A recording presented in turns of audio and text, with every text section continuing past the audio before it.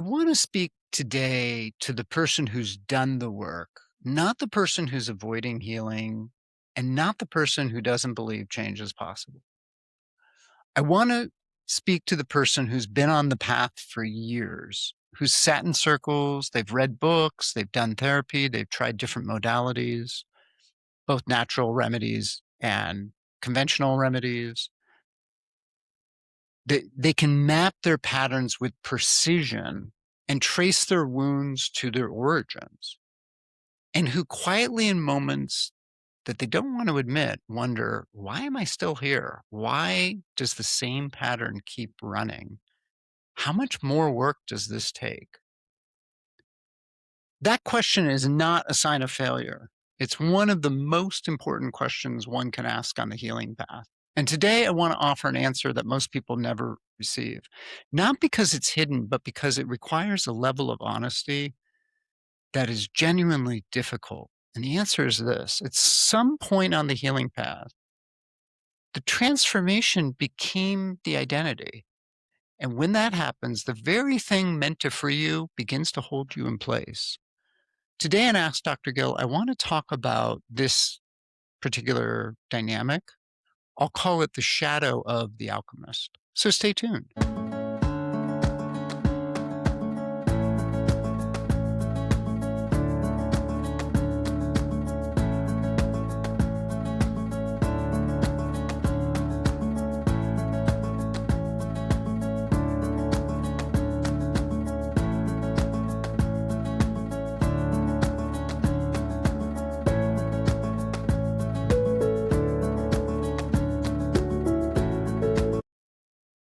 Hello and welcome to Ask Dr. Gill. I am your host, Dr. Gil Winkelman. And today on the podcast, I want to talk about the alchemist archetype specifically, although other archetypes have a similar dynamic potentially.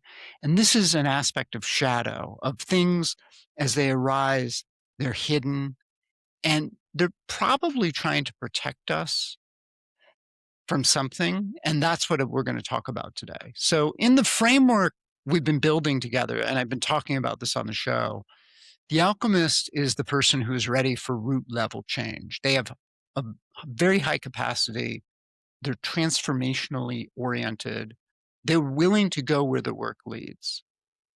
And this is a rare and genuinely powerful place to be. Most people spend years building the capacity that an alchemist already has.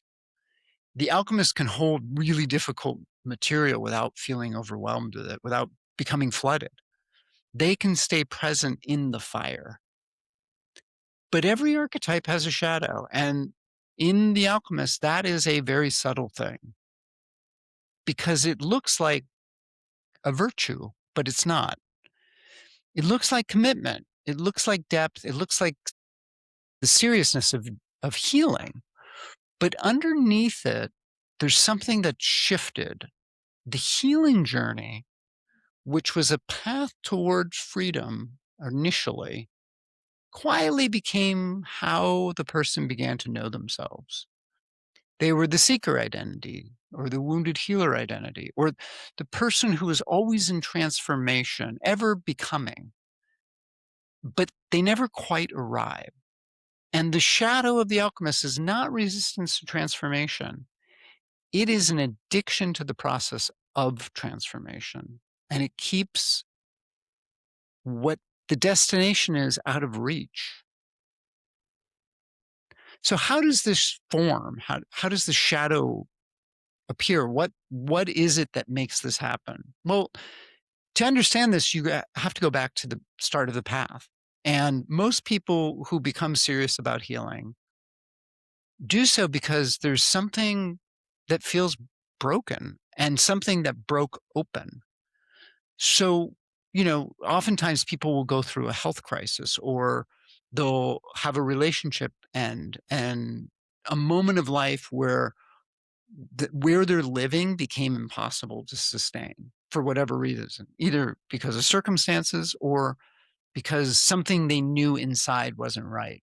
And in that breaking open, they found something extraordinary. They found that looking inward brought something to them. There's something that was fulfilling by that.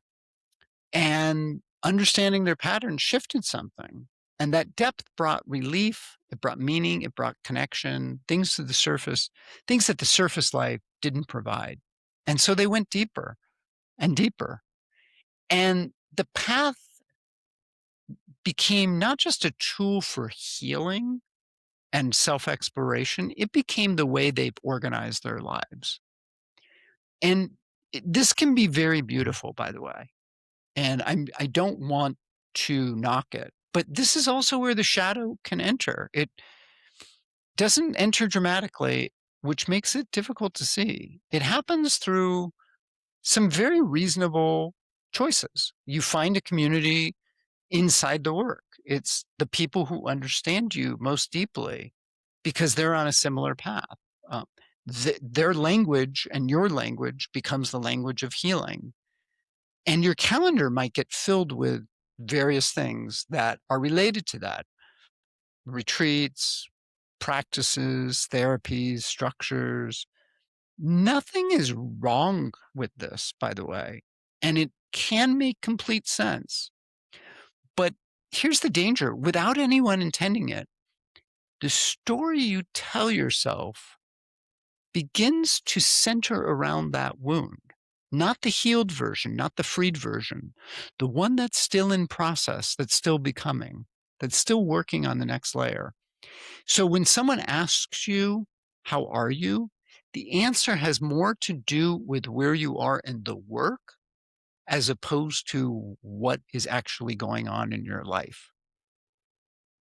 And this is a moment to start pausing and looking at this, because the question, how is the work going and how are you, had become the same question.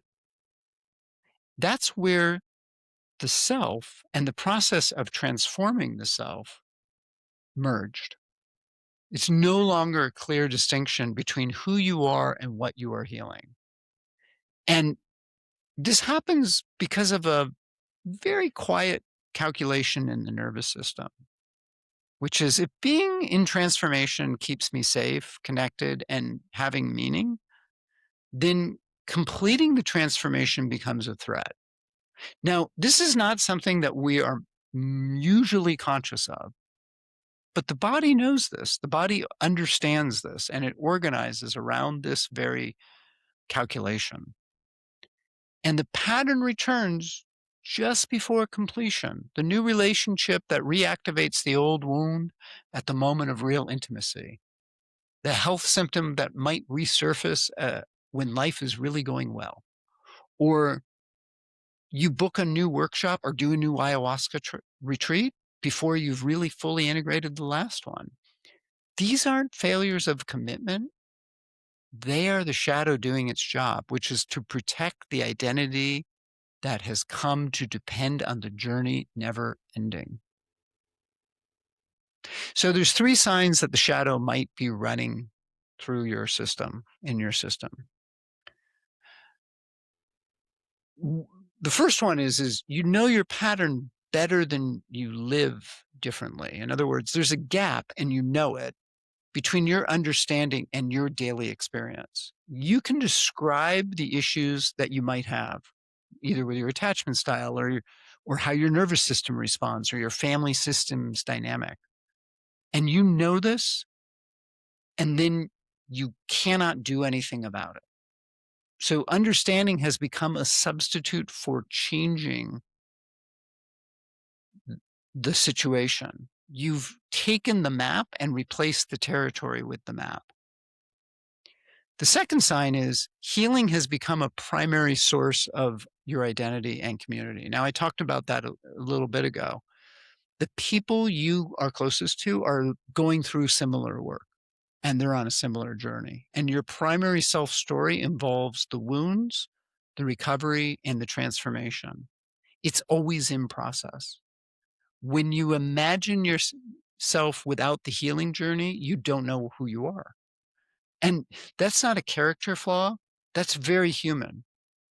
And it's interesting. It's like the hero goes out on a quest, and They don't return with the fire for everybody else because they won't know what they're going to do after they do that. This is worth noticing. And the third sign is there's always a reason the real change hasn't happened. You think there's one more workshop you need to do, one more session, one more layer. When you integrate something, you'll be ready. When I've healed this last piece, then I can start my life. The horizon keeps moving, not because the work isn't real, but because something beneath the work has decided that the arriving at it isn't safe. The shadow of the alchemist does not fear the work. It fears what comes after the work is finished. It fears the ordinary life after transformation. I'm going to take a quick break and I'm going to talk about on the second half of the show what completion actually requires. So stay tuned.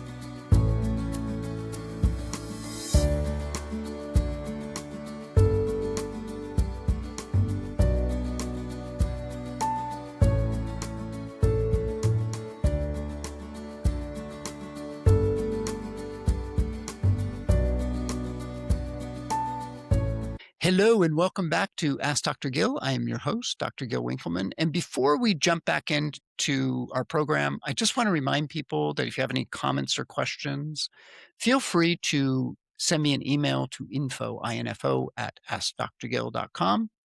And today we're talking about the shadow side of the alchemist and how that keeps people trapped in always wanting to transform and change and never getting to the destination. It's the incomplete hero or heroine's journey.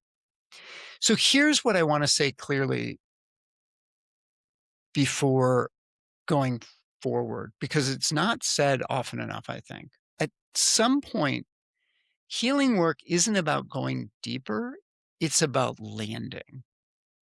And landing is not necessarily another insight. It's about changing the day to day. It's about tolerating the changes. What you choose changes.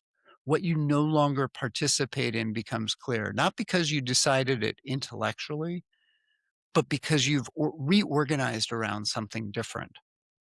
And the alchemist who has spent years in transformation, most of the time has done what they need to do to transform.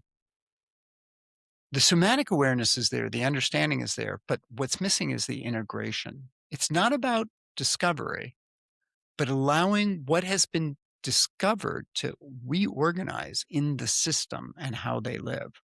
And this is a very different type of work. It's quieter, it's less dramatic. It often is more uncomfortable than deep dives because it requires showing up in an ordinary way as the changed person rather than continuing to become the changed person. It reminds me of the Buddha saying, before enlightenment, chop wood, carry water, and after enlightenment, chop wood and carry water. It requires tolerating both the familiar and the unfamiliar. The familiar in the sense of what is mundane in your life, and the unfamiliar of not being in a crisis, not having a wound or something to organize yourself around. This is the final alchemical threshold, not another layer of shadow work, but the courage to inhabit the life that the shadow work has pointed to. And this is the phase of the rewrite the signal that is designed to hold. Not about discovery, it's about the transition from what you already understand begins to understand and integrate and how to live that. It's not a deep dive, but a container for integration. And I'm putting this together. It's a 12 weeks of structured, supported practice of becoming the person your deep work has revealed. I'm going to be starting it in September. I'm still finalizing the dates and trying to figure out what to do with the various holiday weekends. And if this is something that is familiar or uncomfortable, I want you to be the first to know about this. And there's a link to join a wait list in the show notes that I'll put up, and I'll be putting up the information as well. So before I leave you, I want to leave you with 3 questions, something to feel. You're going to ask it and feel it and not analyze it, because this is part of the work. And I want you to ask, who would you be if you were no longer healing? And what would your daily life look like if the transformation you've been seeking was already complete? And is there any part of you, be honest now, that finds the prospect more frightening than relieving? Your answers to those questions are more informative than anything I can share with you. The shadow of the alchemist is not a problem to be solved. It is the last guardian on your path, testing whether you are ready to receive what the healing elixir is, where the journey was already leading you toward. You've done the work. The question is, are you willing to let it be done, to be complete? Transformation, by the way, is not a destination you arrive at. It is a life you begin living when you stop using the journey as a place to hide. So I just want to make a quick call out. If you haven't taken the archetype quiz yet, it's askdrgil.com/archetype-quiz. I'll put the link on the show notes. This is a good time to do it. It's going to take maybe 10 minutes, 5 to 10 minutes. It looks like a lot of questions, but it's pretty fast going through it. And this will help you figure out what your next steps are on your healing path. And if it will be interesting if you want to comment in the notes or on social media what you received, what the answer was for you, and whether it feels like it fits. Next week, I'm going to turn towards how your archetype shapes not just your health, but your relationships, why you keep attracting some similar dynamics, and how this relates to your nervous system. Until then, notice the moment you reach for the next thing and ask whether you're moving forward or circling. Thank you so much for joining me, and I look forward to seeing you next time.